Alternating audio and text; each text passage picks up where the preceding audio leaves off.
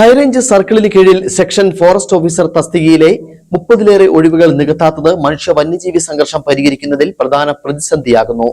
സർക്കിളിന് കീഴിൽ ഇടുക്കി, കോട്ടയം, എറണാകുളം ജില്ലകളിലായി ആകെ 200 തസ്തികകളാണുള്ളത്. മനുഷ്യ വന്യജീവി സംഘർഷം സവിശേഷ ദുരന്തമായി സംസ്ഥാന സർക്കാർ പ്രഖ്യാപിക്കുകയും അതിൽ കേരളത്തെ വിവിധ ഭാഗങ്ങളെ പല ലാൻഡ്സ്കേപ്പായി തിരിക്കുകയും ചെയ്തതിൽ ഹോട്ട്സ്പോട്ടുകളായി പ്രഖ്യാപിച്ച ഒട്ടുമിക്ക പഞ്ചായത്തുകളും ഉൾപ്പെടുന്നത് ഈ സർക്കിളിന് കീഴിലാണ്.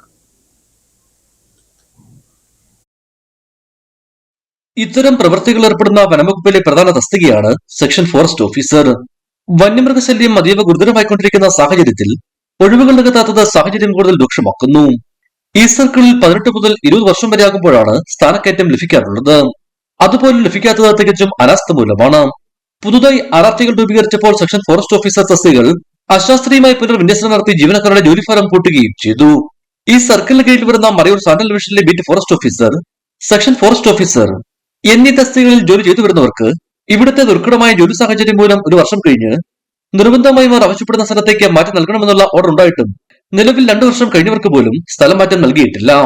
വനംവകുപ്പിലെ സ്ഥലം മാറ്റം ഉടൻ നടത്തണമെന്നും മനുഷ്യ വന്യജീവി സംഘർഷ ലഘൂകരണ പ്രവർത്തനത്തിൽ ജനങ്ങളുടെയും ഒപ്പം ജീവനക്കാരുടെയും സുരക്ഷ ഉറപ്പുവരുത്തുന്നതിനു വേണ്ടി നൂതന ഉപകരണങ്ങൾ കൂടി ലഭ്യമാക്കണമെന്നും വനംവകുപ്പിലെ ജീവനക്കാർ ആവശ്യപ്പെട്ടു.